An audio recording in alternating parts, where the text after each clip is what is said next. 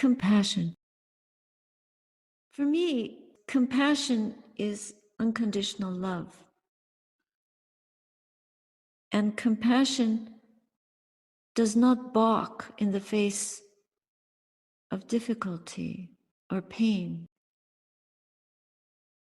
That quality of compassion is about being able to face suffering.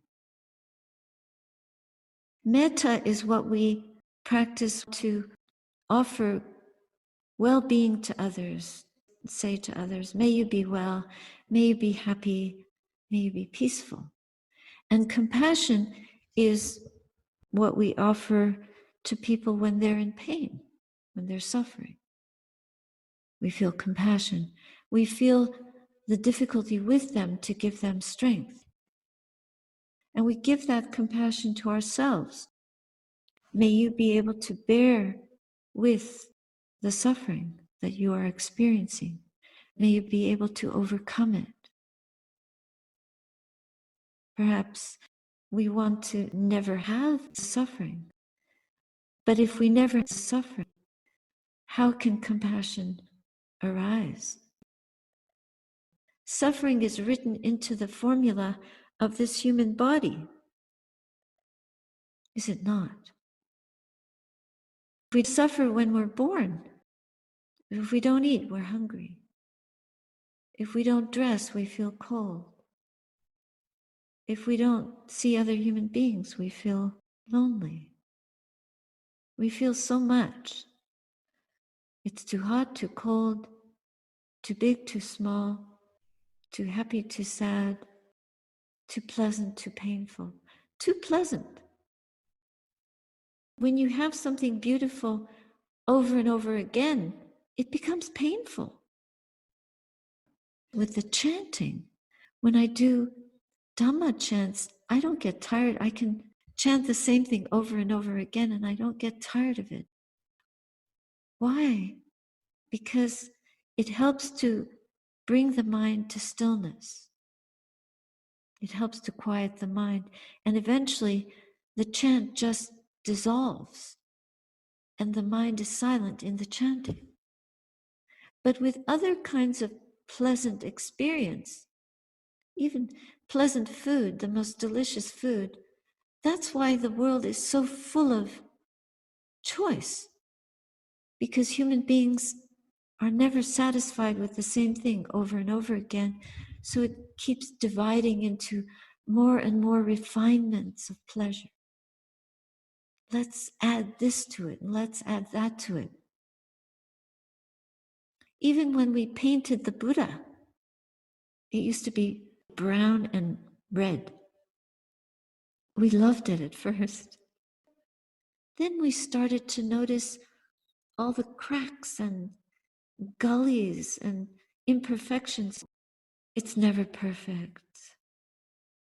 If we look for perfect anything, we're going to suffer. And if we look for the perfection in the world, we would never understand the Dhamma. We would never see the Dhamma. Because the perfection can only happen within us. So compassion is to realize that there is suffering. It's to realize the Four Noble Truths.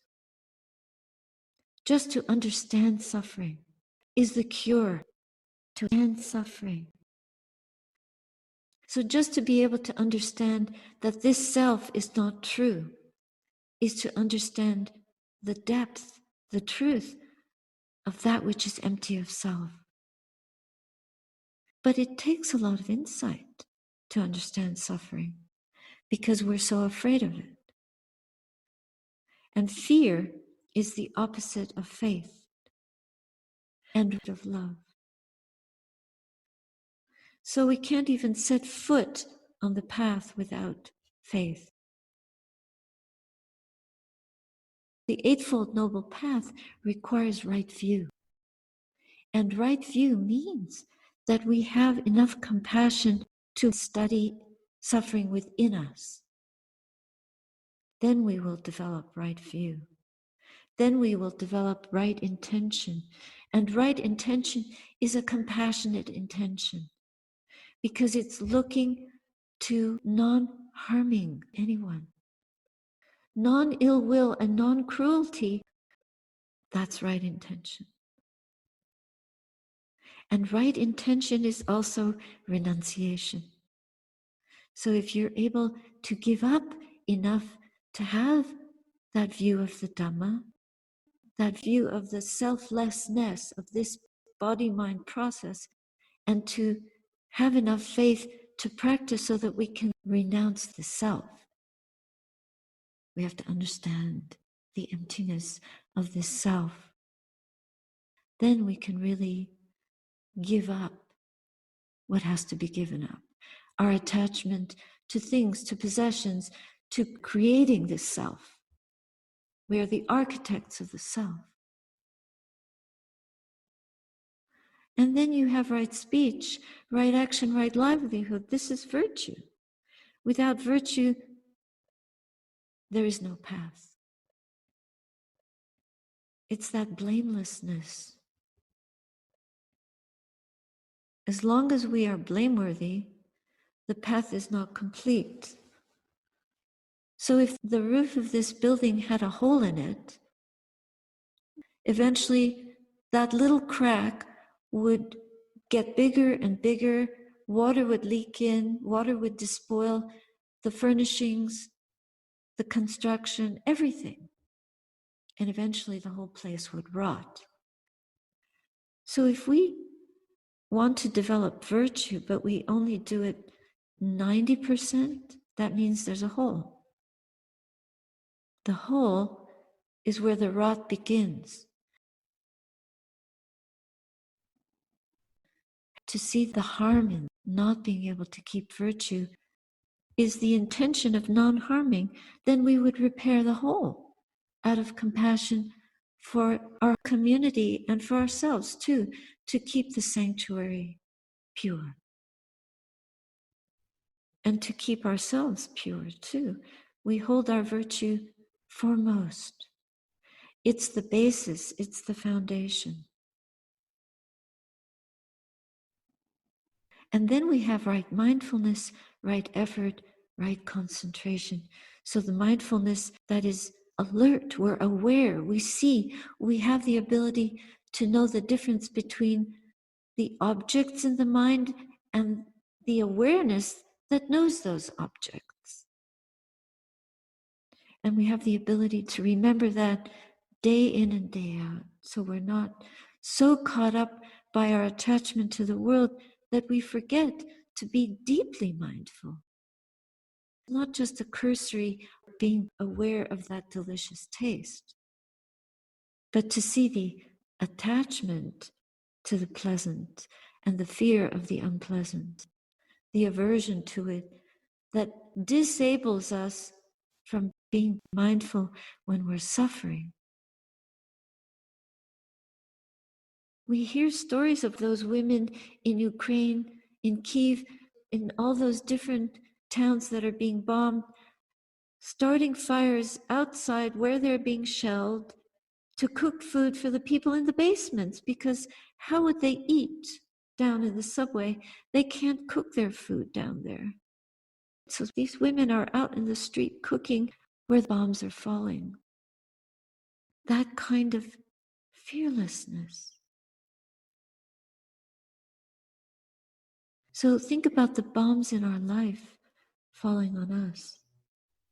They might not be those type of grenades and explosives, but each of us knows what it is to feel like we've been bombed. We've been betrayed, we've been hurt, we've been cut.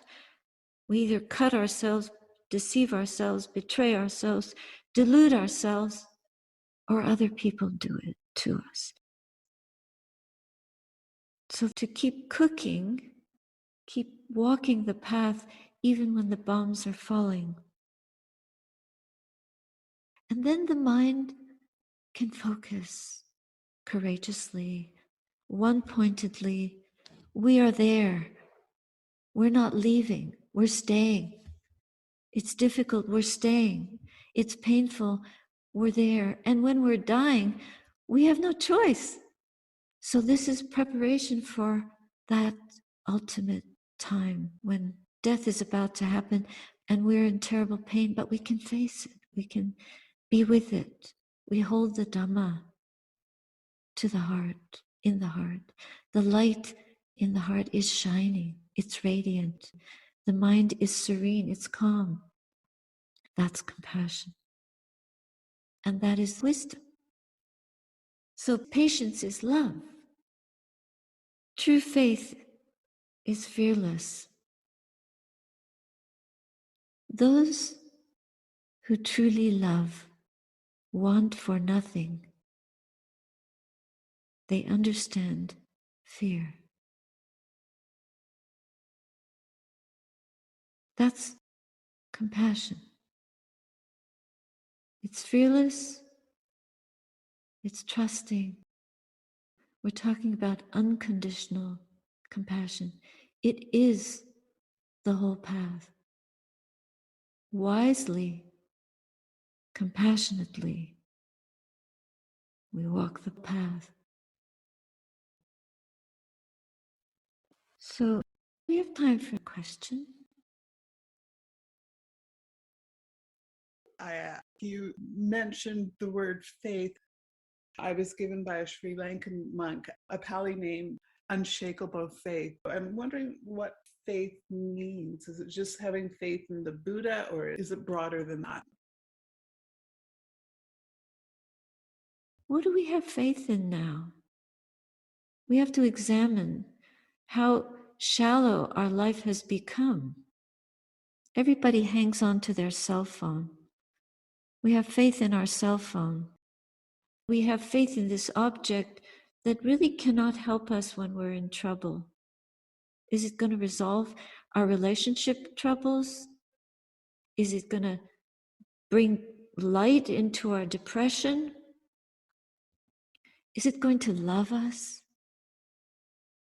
Is it going to make us courageous? It will never make us content for long. So faith in the Buddha is when we take refuge. What do we do when we say Buddhang Saranam Gacchami? We're not taking refuge in a person. We're taking refuge in the enlightenment of the Buddha, a supreme being, supremely enlightened. And we have faith in his enlightened wisdom. When the Buddha was about to pass away and he was asked who would lead the Sangha when the Buddha was no longer, and he said there would be no one. The Dhamma would guide us and lead us. It's the teaching. This was an incredible declaration of truth, that ultimately the Buddha and the Dhamma are synonymous. Because Buddha mind is enlightened wisdom, and the Dhamma is that which we are enlightened to or with. Is the teaching. It is the truth that gives that enlightenment. So the Dhamma eye, the eye is opened to that truth. So Buddha mind, the mind of the Buddha, there is no Buddha. It's just a manifestation of consciousness of a being aware and developed enough to realize that truth. And all of us have that potential within us.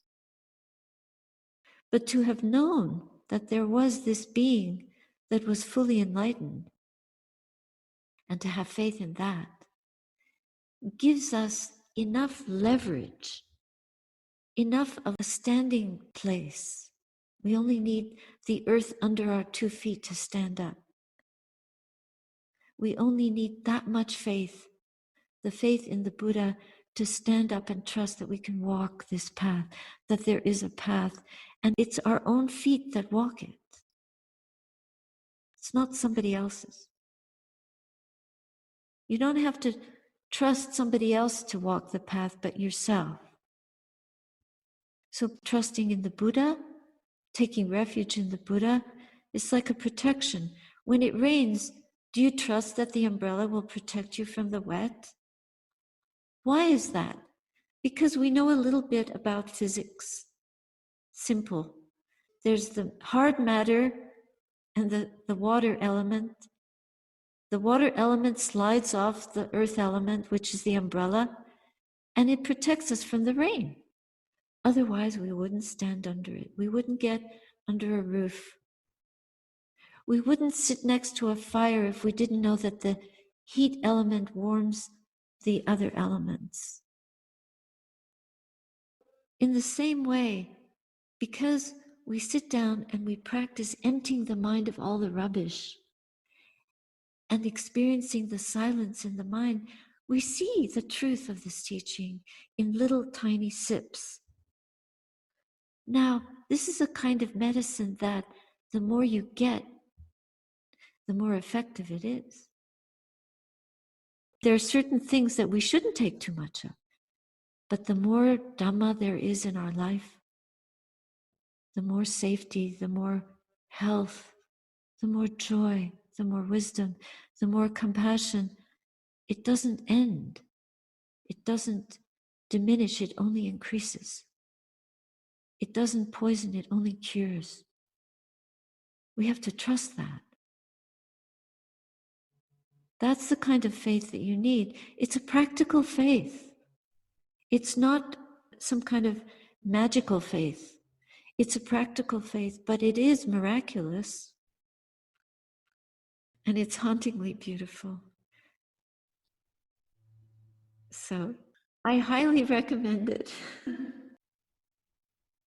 That unshakable faith happens when you see, when the eye opens to the Dhamma in a powerful way. Then you have unshakable faith. When you realize the state of Sotapanna, when you would have total faith in Buddha, Dhamma, Sangha, that's unshakable faith. When you enter the stream and you know that this stream is it, you never get out of it. So it's unshakable. You're always in it. And faith is something that grows, it develops. So be patient. Patience is love. Patience is compassion, too. And it's fearless. That's why faith and patience go together so much. All these qualities. We have to be patient. So that's probably a good name. Savor it and practice it and realize the Dhamma. Thank you very much, Ayya. Waking up to the Dhamma is not separate from shaving off some of the attachments that we have to worldly things and worldly pleasures. It's really important to remember that. That quality of renunciation is very, very useful. And yeah, just giving up. And see the power of that giving up. Don't shy away from it. Be mindful of when we're pulled into things that take us off the path. Trust the path more than the world, and you'll be safe. The Buddha says, not apart from awakening and austerity, not apart from sense restraint, not apart from relinquishing everything, do I see any safety for any living being. That's what the Buddha said. And here we are, always trying to squeeze a little bit more of something into our life that we think won't hurt. But within us, we know it will. So trust your Buddha mind and keep listening to what the Buddha's instructions are, not to your own instructions, and know the difference. Let's sit together, shall we?